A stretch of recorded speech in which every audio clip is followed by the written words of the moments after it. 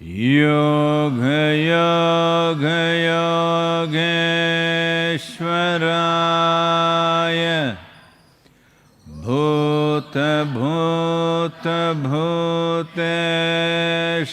भूतभूतभूतेश्वराय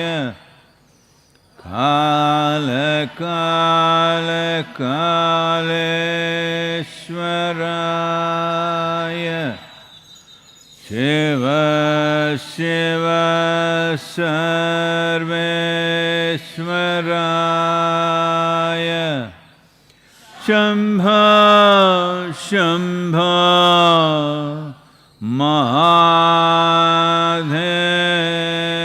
महादेवाय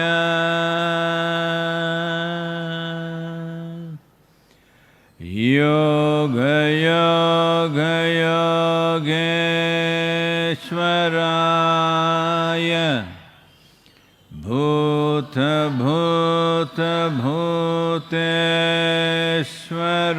भूतभूतभूतेश्वराय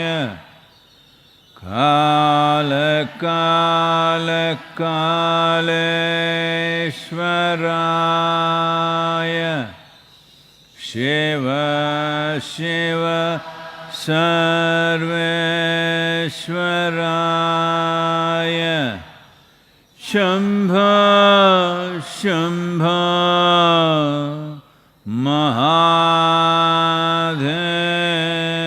महादेवाय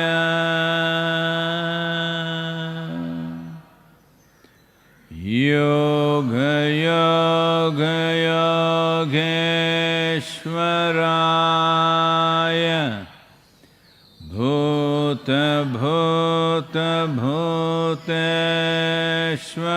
भूतभूतभूतेश्वराय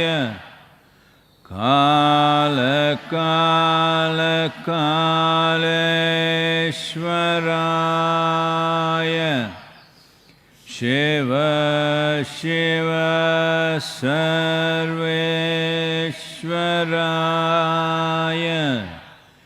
शम्भो शम्भो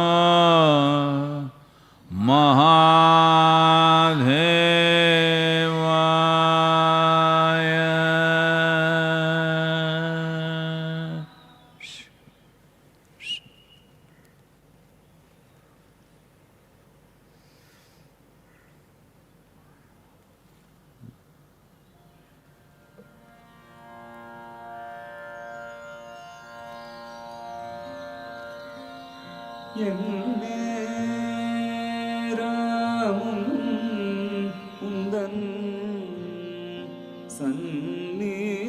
சந்நிதியிலே நான் இருக்க வேணும் ஐயா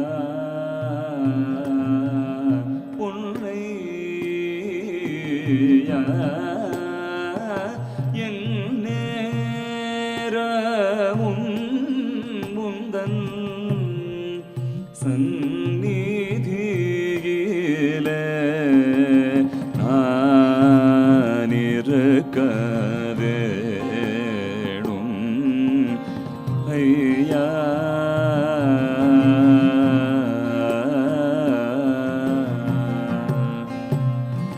தென்னம் சோலை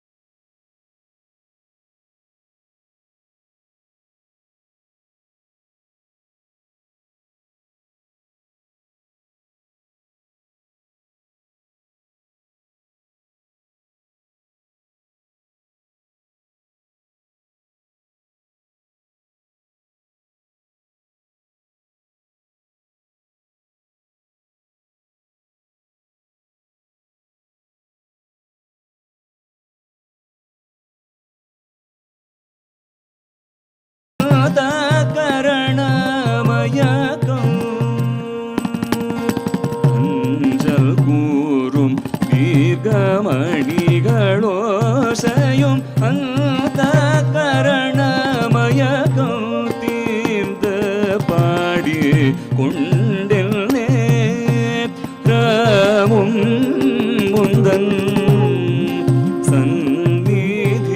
சந்நிதியிலே நான் இருக்க வேணும் ஐயா.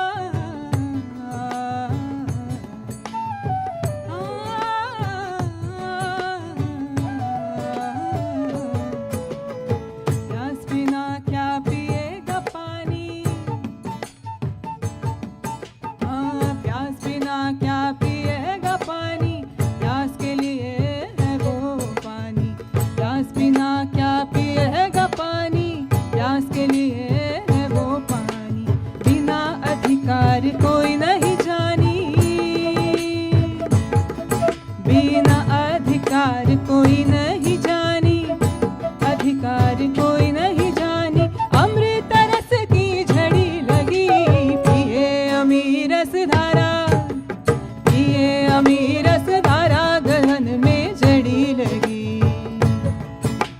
पिए अमीर रस धारा, गगन में जड़ी लगी, झड़ी लगी, झड़ी लगी, झड़ी लगी, झड़ी लगी, पिए अमीर रस धारा, पिए अमीर रस धारा, गगन में जड़ी लगी, पिए अमीर रस धारा, गगन में जड़ी लगी।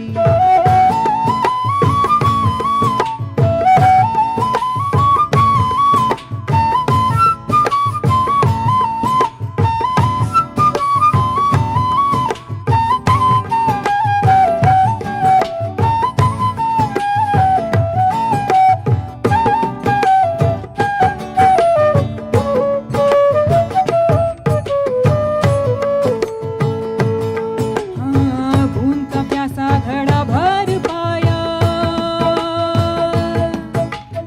सपने में वो स्वाद न लाया,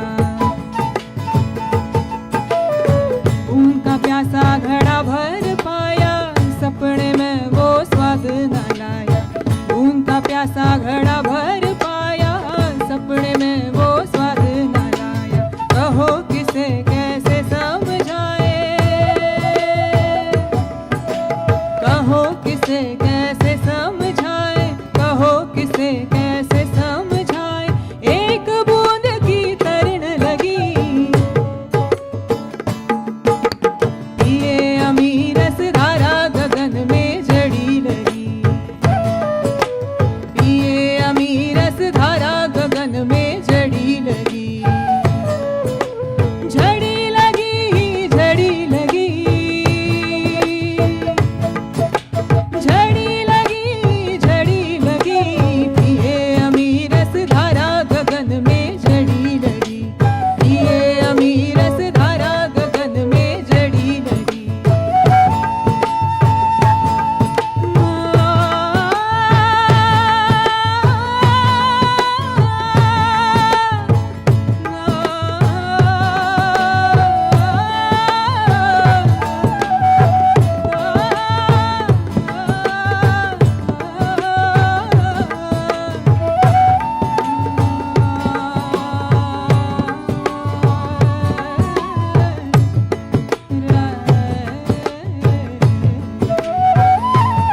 पिए अमीर रस धारा, गगन में जड़ी लगी, पिए अमीर रस धारा, गगन में जड़ी लगी, पिए अमीर रस धारा, गगन में जड़ी लगी।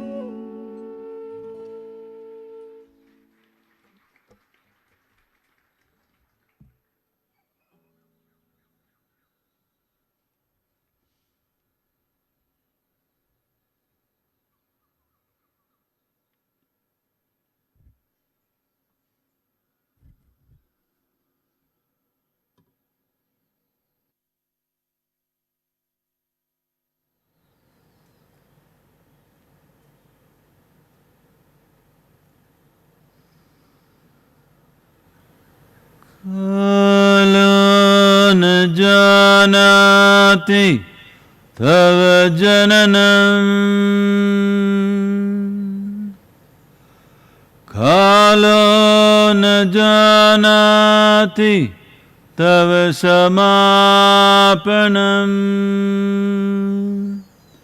दृष्टो मया तव महाकारः योगेश्वर कालकाल, योगेश्वर कालकाल।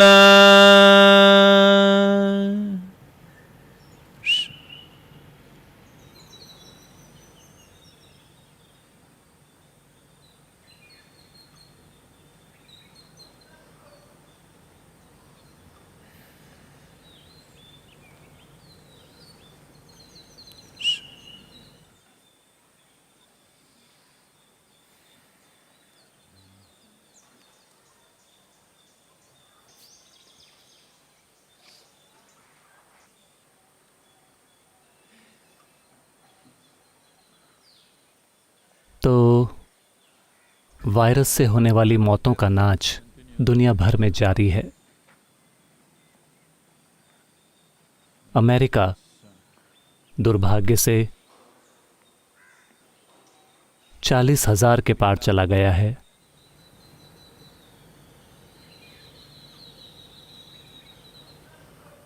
दुनिया मेरे ख्याल से 1,50,000 के पार चली गई है। भारत में भी थोड़ा उछाल आ रहा है। यूरोप में संख्याएं स्थिर हैं या कम हो रही हैं, लेकिन हमें समझना होगा कि इनमें से किसी भी देश में हमने वायरस के बारे में कुछ भी नहीं किया है। हमने केवल इंसानी व्यवहार को सीमित या नियंत्रित किया है और उसके कारण संख्याएं कम हुई हैं।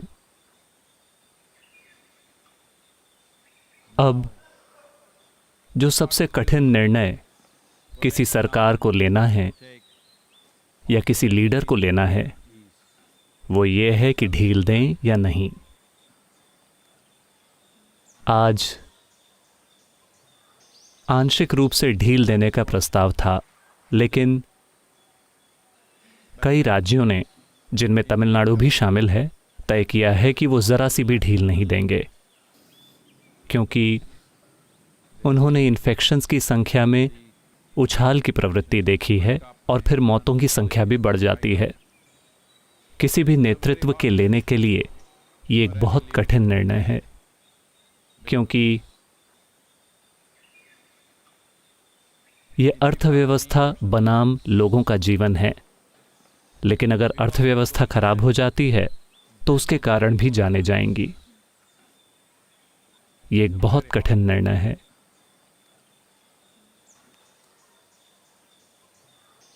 तो क्या कोई बिल्कुल सही निर्णय है?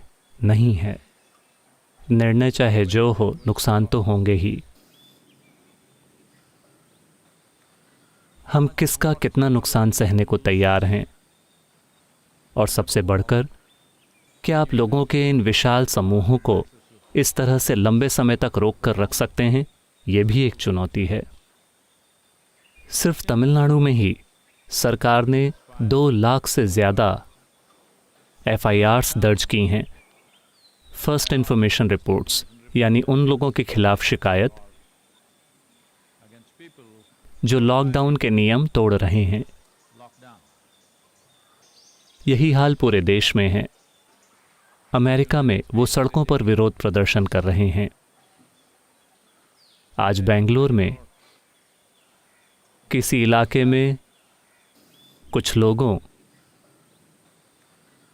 और पुलिस के बीच लड़ाई हो गई। सच में सड़क पर लड़ाई हो गई। तो हम कब तक लोगों को रोक कर रख सकते हैं? लोग कब तक अपनी समझ और संतुलन बरकरार रख सकते हैं? ये एक बड़ा सवाल है।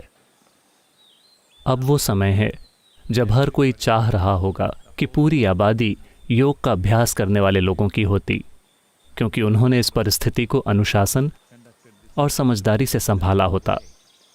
लेकिन बाकी के लोग, उनमें से सारे नहीं, लेकिन कुछ संख्या में लोग बेकाबू हो रहे हैं। वो घर में नहीं रह पा रहे हैं।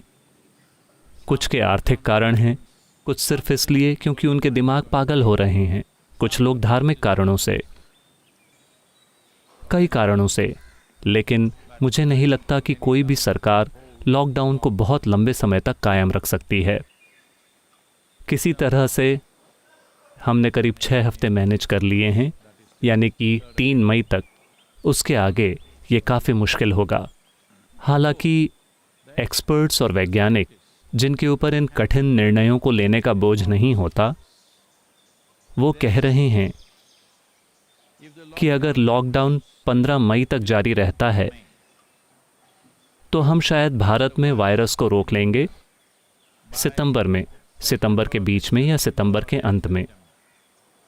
लेकिन अगर आप लॉकडाउन को 31 मई तक जारी रखते हैं तो शायद आप वायरस को रोक लें जून के बीच में या जुलाई की शुरुआत में।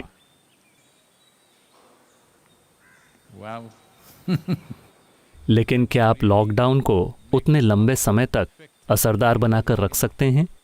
ये एक बड़ा सवाल है। मुझे नहीं लगता कि आप लोगों को इस तरह रोक सकते हैं। वो इस हद तक, उनमें से कई इस हद तक निराश हो गए हैं कि वो खुलेआम कह रहे हैं कि अगर हम मरेंगे तो मरेंगे, तुम्हें क्या लेना देना है। यही तो समस्या है। अगर आप मरते हैं तो आपके मरने से हमें कोई लेना देना नहीं है। लेकिन समस्या ये है कि अगर आप मरते हैं तो आप हर किसी के लिए एक बड़ी समस्या हैं। आप हैं। तो ये आसान नहीं है। ये बिल्कुल भी एक आसान परिस्थिति नहीं है, खासकर किसी भी तरह की नेतृत्व वाली जगह पर होना। तो जैसे जैसे ढील दी जाती है, हमें इंतज़ार करना होगा और देखना होगा कि इन्फेक्शन की संख्याएं कैसे बर्ताव करेंगी, मौतों की संख्याएं कैसे बर्ताव करेंगी। ये दर्दनाक समय है।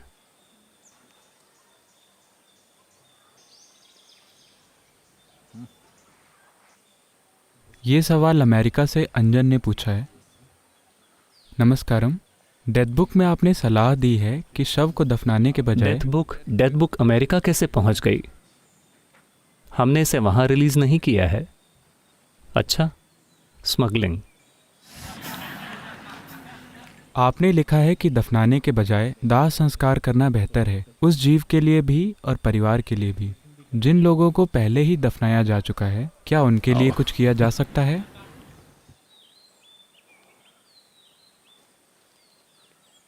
चलिए इसे समझते हैं। रिश्तेदारों के लिए, दोस्तों के लिए और वो लोग जो उस इंसान के करीब हैं, उनके लिए शरीर बहुत मायने रखता है। हालांकि कम से कम उनके अनुभव में वो इंसान अब उस शरीर में नहीं है। वो इंसान अब उस शरीर में नहीं है, लेकिन फिर भी क्योंकि वे उसे इसी तरह से जानते थे, बस वो आकार, और वो ये भी जानते हैं कि अगर आप उसे थोड़ी देर के लिए रोक कर रखेंगे तो वो सड़ने लगेगा। उसके बावजूद लगाव होता है, भावनाएं होती हैं। तो ये एक संवेदनशील मामला है। अलग अलग लोग अलग अलग चीज़ें करते हैं। और ये धार्मिक मामला भी है, क्योंकि कुछ लोग मानते हैं कि आपको उन्हें दफनाना चाहिए। लेकिन आपको ये समझना होगा कि जहाँ कहीं भी दफनाया जाता था उन जगहों पर, मैं प्राचीन काल की बात कर रहा हूँ, प्राचीन काल में अगर आप गौर करें कि कौन से इलाके हैं जहाँ दफनाया जाता है, कौन से इलाके हैं जहाँ दाह संस्कार होता है, तो आप देखेंगे कि जहाँ कहीं भी रेगिस्तान थे, जहाँ बहुत ठंडे प्रदेश थे, जहाँ कोई पेड़ नहीं थे और जलाने के लिए लकड़ी नहीं थी, वहाँ दफनाने की परंपरा बन गई। जहाँ कहीं भी जंगल थे, जहाँ जलाने के लिए लकड़ी उपलब्ध थी, वहाँ वो दाह संस्कार करने लगे। तो कुछ समाजों में हमने एक तरीका अपनाया, क्योंकि एक जागरूकता मौजूद थी कि मृत्यु घोषित होने के बाद क्या होता है। मैं इस बारे में सतर्क हूँ। मैं मृत्यु के बाद नहीं कह रहा हूँ, मृत्यु घोषित होने के बाद किसी व्यक्ति को मृत घोषित कर दिया गया है, जिस भी तरह के डॉक्टर के द्वारा या आसपास के बुद्धिमान लोगों के द्वारा। उन्होंने कुछ चीज़ों को जांचा, सांस नहीं है, शरीर में गर्मी नहीं है, कुछ चीज़ें चली गई हैं, जीवन के संकेत चले गए हैं, तो उन्होंने उस व्यक्ति को मृत घोषित कर दिया। लेकिन इसकी प्रकृति कि हम इस शरीर में कितने लिप्त हैं, यानी ये जीवन ऊर्जा, ये कार्मिक तत्व इस तरह से एक तरह से शरीर की हर कोशिका में गहरा घुसा हुआ है। तो जीवन बस यूं ही पुफ करके उड़ नहीं जाता, ये अपना समय लेगा। क्योंकि कुछ तरह के प्राण तुरंत नहीं जाते। मैं इसके विस्तार में नहीं जाऊंगा, ये एक लंबी चौड़ी चीज़ है, आपको इसे डेथ बुक में पढ़ना चाहिए। मुझे नहीं पता कि ये सवाल क्यों पूछा जा रहा है, क्योंकि मुझे लगा कि वैसे भी किताब में इसे विस्तार से बताया गया है। तो ये कई चरणों में जा रहा है। चूंकि ये कई चरणों में जा रहा है, इसलिए थोड़ी परेशानी होगी उस जीवन को, और वो लोग भी जो उस व्यक्ति के प्रियजन हैं, चूंकि वो भी एक स्तर की उथल पुथल महसूस करेंगे जो उनके अंदर होने वाली उस भावनात्मक उथल पुथल से परे है जो किसी प्रियजन के जाने के कारण होती है। सिर्फ वही नहीं, एक तरह की उथल पुथल होनी शुरू हो जाती है क्योंकि वो जीवन उससे होकर गुजर रहा है। जेनेटिक संबंधों की वजह से एक स्तर की उथल पुथल होगी। इसको संभालने के लिए कई पहलू हैं, इसे भी डेथ बुक में विस्तार से बताया गया है, लेकिन चलिए मैं इसे एक ज़्यादा सरल तरीके से बताता हूँ। चूंकि जीवन बाहर जा रहा है, जब वो एक खास हद तक निकल जाता है कि उसे डॉक्टरी तौर पर मृत घोषित कर दिया जाता है क्योंकि हर चीज़ खत्म हो गई है, उसे जिंदा नहीं किया जा सकता, ये उस सीमा तक चला गया है, लेकिन जीवन अभी भी जा रहा है। अगर आप इसे एक लंबे दौर तक निकलने देते हैं तो अनावश्यक अशांति पैदा होती है। तो आमतौर पर इस देश में, इस संस्कृति में, हमने 1.5 घंटे का समय तय किया था कि इस समय के भीतर आपको दाह संस्कार कर देना चाहिए। लेकिन कभी कभी मृत्यु की घोषणा क्वालिफाइड लोगों के द्वारा नहीं की जाती थी, यानी ये पक्का करने के लिए कोई उचित मेडिकल कर्मी नहीं होता था कि वो इंसान असल में मर गया है। और साथ ही अगर सांस, दिल की धड़कन जैसे पैरामीटर और हर चीज़ चली गई है, मान लीजिए कि इसका निकलना बहुत धीरे धीरे हो रहा है। जब आप इस शरीर को आग लगाते हैं तो ये उठकर बैठने लगता है। ऐसा नहीं है कि ऐसा बहुत ही दुर्लभ मौकों पर हुआ है अज्ञानता के कारण कि कोई उठकर बैठ गया और अपनी चिता से भाग गया। इस तरह की परिस्थिति बहुत ही ज़्यादा दुर्लभ है क्योंकि उसे बिल्कुल ही बेखबरी में किया गया था। किसी ने जांचा कि सांस नहीं चल रही है और उन्होंने कहा ठीक है, 1.5 घंटे से उसने सांस नहीं ली है, और उन्होंने जल्दबाजी की। शायद वो आपकी सास थी या आपका दुश्मन था, मैं नहीं जानता। हो सकता है कि वैसी चीज़ें हुई हों, लेकिन वो अक्सर नहीं होती। मुझे पता है कहीं ना कहीं ऐसा हुआ होगा, लेकिन ऐसा कई बार हुआ है कि मृत शरीर प्रतिक्रिया में उठकर बैठने लगता है और फिर गिर जाता है। ऐसा अक्सर होता है। यही एक कारण है कि मुर्दे कहीं भाग नहीं जाते, लेकिन आप देखेंगे कि कम से कम दक्षिण भारत में हम अब भी इसका पालन करते हैं कि जब मृत शरीर को ले जाया जाता है तो हम उसे बांध देते हैं ताकि वो उठकर बैठ न जाए। बस प्रतिक्रिया में ये उठ खड़ा होता है, और साथ ही जलते समय, क्या कहें, शरीर में मौजूद पानी और नमी के सूखने के कारण शरीर की सिकुड़ कर बैठने की प्रवृत्ति होती है। वो बैठना नहीं है, लेकिन उसकी ऊपर आने की प्रवृत्ति होती है। लेकिन ये बचे हुए प्राण के कारण भी होता है जो अभी भी बाहर निकल रहा है। तो इस मायने में अगर लोग 84 साल से कम उम्र के हैं और उनकी मृत्यु हुई है तो दाह संस्कार करना सबसे अच्छा है। अगर वो 84 से अधिक उम्र के हैं तो आमतौर पर ज़्यादातर समय, मैं कहूँगा कि 95% समय या इससे भी अधिक, जीवन ऊर्जाएं पहले ही कमज़ोर हो गई हैं। जब वो बाहर निकलती हैं तो ज़्यादा कुछ नहीं बचता या लगभग कुछ भी नहीं बचता। तो 85 या 84 साल से ऊपर की उम्र में कभी कभी उन्हें दफनाया जाता था क्योंकि इससे कोई फ़र्क नहीं पड़ता। लेकिन अगर वो उससे कम उम्र के हैं, खासकर अगर वो काफ़ी छोटे हैं, मान लीजिए कि वो किसी दुर्घटना या बीमारी या चोट या किसी चीज़ के कारण मर गए, फिर हमेशा दाह संस्कार ही होना चाहिए। दाह संस्कार करना एक अच्छी चीज़ है क्योंकि ये स्थिरता लाता है उस व्यक्ति में और आसपास मौजूद भावनात्मक लोगों में। क्योंकि बस ये विचार, कोई व्यक्ति आपको बहुत प्रिय है, आप उसे एक बक्से में डालते हैं और उसे इस बगीचे के नीचे रख देते हैं। इस बगीचे में सतह के नीचे आप इस जगह को छोड़कर नहीं जा सकते क्योंकि आप जानते हैं कि आपका प्रियजन अभी भी वहाँ है।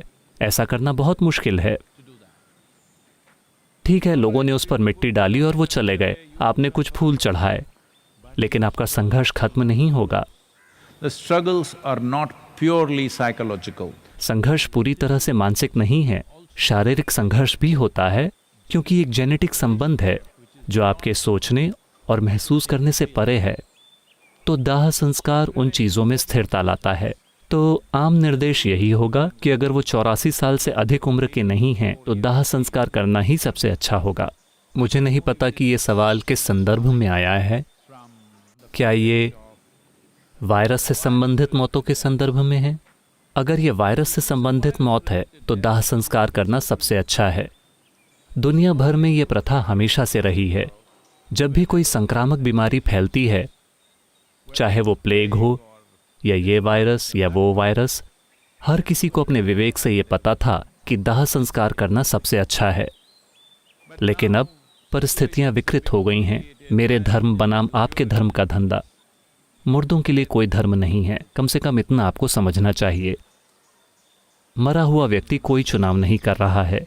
कई तरीकों से आप ये चुनाव जिंदा लोगों के लिए कर रहे हैं। और अगर वो किसी संक्रामक बीमारी के कारण मरे हैं तो निश्चित रूप से दाह संस्कार करना सबसे अच्छा है। इसके बारे में कोई सवाल ही नहीं है। लेकिन मुझे पता है कि वो इसे एक धार्मिक राजनीतिक रूप से संवेदनशील मुद्दा बना रहे हैं, क्योंकि वो हर चीज़ को एक मुद्दा बनाना चाहते हैं। ये किसी की इच्छा या संवेदनशीलता के खिलाफ जाने के लिए नहीं है, लेकिन इस तरह के समय में ऐसा करना सबसे सुरक्षित चीज़ है। ये कहने के बाद समाज को कुछ हद तक शिक्षित किया जाना चाहिए कि जब भी कोई संक्रामक बीमारी फैलती है तो आप अपनी संवेदनाओं, अपनी परंपराओं को एक तरफ रख दें और बस वही करें जिसकी ज़रूरत है। अभी हमारा काम महत्वपूर्ण है। मैं बाहर जाना चाहता हूँ, बहुत से लोग बाहर जाना चाहते हैं। हम इसे एक तरफ रखते हैं और यहाँ रहते हैं क्योंकि ये हमारे लिए सुरक्षित नहीं है। सबसे बढ़कर ये बाकी सारे लोगों के लिए सुरक्षित नहीं है। ये बहुत महत्वपूर्ण है। अगर ये सिर्फ मेरे लिए सुरक्षित नहीं होता तो मैं जाकर उसे कर सकता हूँ, ये मेरा चुनाव है। लेकिन जब मैं जो करता हूँ वो किसी और के लिए सुरक्षित नहीं है, जब मैं जो करता हूँ वो समाज, देश और दुनिया के लिए सुरक्षित नहीं है, तब मुझे वो करने का कोई हक नहीं है, मुझे वो करने का कोई अधिकार नहीं है, चाहे मेरे पास उसके बारे में कैसे भी विचार या भावनाएं हों। ये केवल दाह संस्कार के बारे में नहीं है, बल्कि जो कुछ भी हम करते हैं ये सच है। ये एक बुनियादी इंसानी संवेदनशीलता है जो हम सभी के पास होनी चाहिए। इससे फर्क नहीं पड़ता कि हमारे विश्वास क्या हैं, हम किस चीज़ का पालन करते हैं, हम अपने विश्वास को कितना महत्वपूर्ण मानते हैं। जब बात दूसरे जीवन को नुकसान पहुंचाने पर आ जाती है तब हमारा कोई अधिकार नहीं है। इससे फर्क नहीं पड़ता कि उसके लिए हमारे पास किस तरह की संवेदनाएं हैं। तो जिस व्यक्ति को पहले ही दफनाया जा चुका है, क्या मैं उन्हें निकाल कर उनका दाह संस्कार करूं? तो अगर मैं ये कहूं तो मुसीबत है, लेकिन अगर उनकी अचानक मौत हुई थी और अभी भी 40 दिन नहीं हुए हैं तो ऐसा करना बहुत अच्छा होगा। शव को बाहर निकाल कर जलाना। लेकिन अगर काफ़ी समय बीत गया है तो कोई फ़ायदा नहीं है, वो धरती का हिस्सा बन गया है, वैसा करने की ज़रूरत नहीं है। लेकिन आपको ये बात समझनी होगी, आज आधुनिक विज्ञान आपको बता रहा है कि एक डायनासोर जो लाखों साल पहले मरा था, अगर आपको उसका कोई भी थोड़ा सा हिस्सा मिल जाता है, हड्डी भी नहीं, बस जीवाश्म, तो उससे वो एक कोशिका निकाल रहे हैं और डायनासोर को फिर से बनाने की बात कर रहे हैं। थ्योरी में ये संभव है। कोई भी डायनासोर को वापस नहीं लाया है, उन्हें धन्यवाद। हम पहले ही काफ़ी दिक्कत में हैं। हम एक सूक्ष्म जीवाणु को तो संभाल नहीं पा रहे हैं, अब एक डायनासोर को कैसे संभालें? नहीं, हमें डायनासोर नहीं चाहिए। हम उन्हें म्यूज़ियम में देखते हैं, हम वहाँ उनकी हड्डियों या प्लास्टिक से बना ढांचा देखते हैं, उसकी सराहना करते हैं, ये अच्छा है। हमें फिर से यहाँ डायनासोर चलते हुए नहीं चाहिए।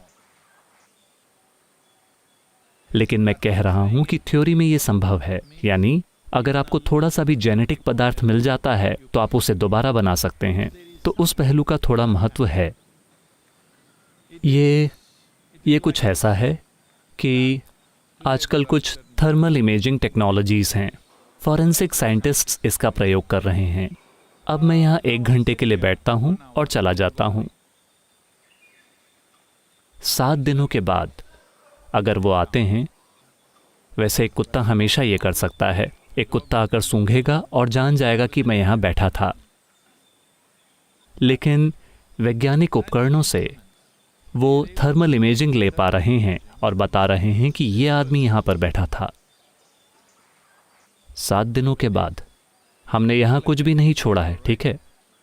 हम पसीना नहीं बहा रहे हैं, हम कुछ और नहीं कर रहे हैं, कुछ भी नहीं। बस थर्मल इमेजिंग से वो कह रहे हैं कि 7 दिनों तक इंस्ट्रूमेंट्स ऐसा कर सकते हैं। लेकिन कुत्ते बेशक ऐसा कर सकते हैं, कई मांसाहारी जानवर ऐसा कर सकते हैं। बस इतना है कि वो आपके निर्देशों का पालन नहीं करते, वो अपने खुद के कारणों से ऐसा करते हैं। तो ये महत्वपूर्ण है कि जब कोई मरता है तो हमें समझना होगा कि खेल खत्म हो गया है और हमें उसके साथ उसी तरीके से पेश आना चाहिए। हम उस प्रक्रिया को जारी रखना चाहते हैं, वो अच्छा नहीं है तो उसे ज़मीन में गाड़ना, वो आपको चाहे जितने भी प्रिय हों, उसे ज़मीन में गाड़ना, वो किसी और बीज या पेड़ की तरह उगकर बड़े नहीं होने वाले, ये काम नहीं करेगा। तो अगर आपको दफनाना ही हो तो कम से कम उसके ऊपर एक पेड़ लगा दीजिए, क्योंकि आप जाकर पेड़ का आनंद ले सकते हैं और कह सकते हैं कि ये मेरे दादाजी का पेड़ है, ये बहुत अच्छा होगा। हम उसका उपयोग कर सकते हैं। पेड़ उस इंसान को जल्द से जल्द सोख लेगा, लेकिन जैसा कि मैंने कहा, उस जीवन के लिए दाह संस्कार करना सबसे अच्छा है जब तक कि उनकी उम्र 84 साल से ज़्यादा ना हो या उन्होंने उन 1012 चंद्रमाओं को पूरा कर लिया हो।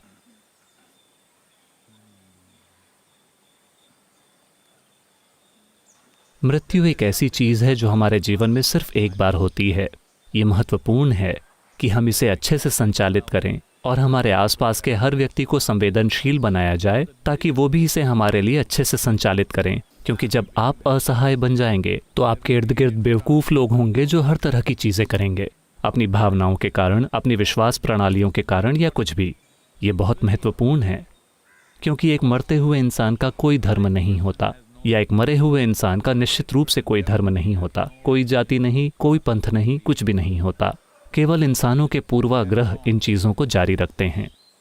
इस तरह के समय में जब हर दिन हज़ारों लोगों की मौत हो रही है सिर्फ एक कारण से, प्राकृतिक मौतें तो वैसे भी हो रही हैं, अब कोई उस बारे में बात नहीं कर रहा है, लेकिन सिर्फ वायरस के कारण ऐसा हो रहा है और इस बात का डर है कि ये संख्या कई गुना बढ़कर लाखों में जा सकती है। हमें नहीं पता कि हम इसे रोक पाएंगे या नहीं, किसी को इस बारे में यकीन नहीं है। हर कोई कई चीज़ों की बात कर रहा है, लेकिन किसी को यकीन नहीं है। ये डर और घबराहट फैलाने के लिए नहीं है, लेकिन अगर हम किसी परिस्थिति को उसके असली स्वरूप में नहीं देखते तो हम उसे संभाल भी नहीं पाएंगे। उसे उसके असली रूप में देखना बहुत महत्वपूर्ण है।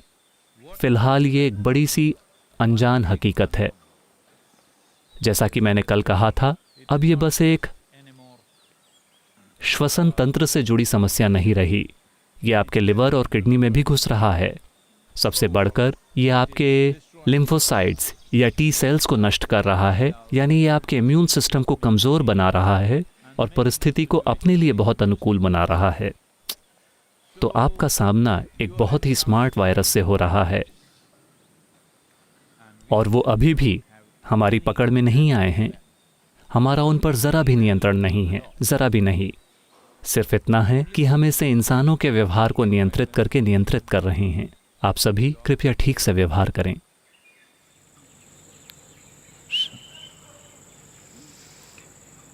योग योग योगेश्वराय भूत भूत भूतेश्वराय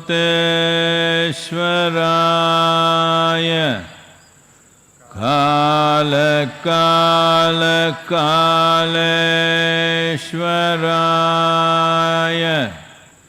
शिव शिव सर्वेश्वराय शंभ शंभ महादेवाय।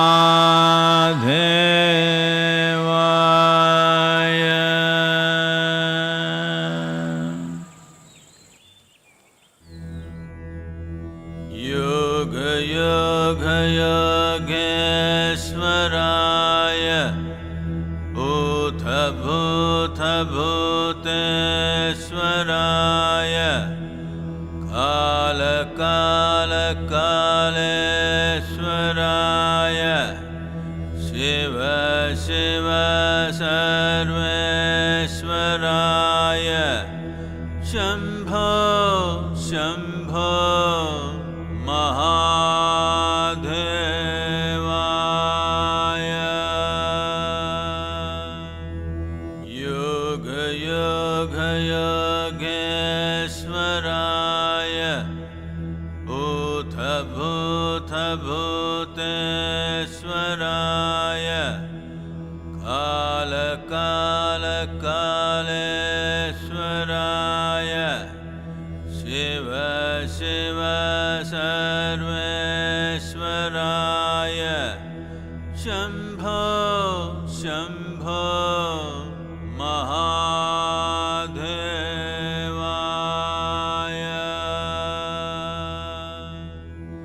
योग योग योगेश्वराय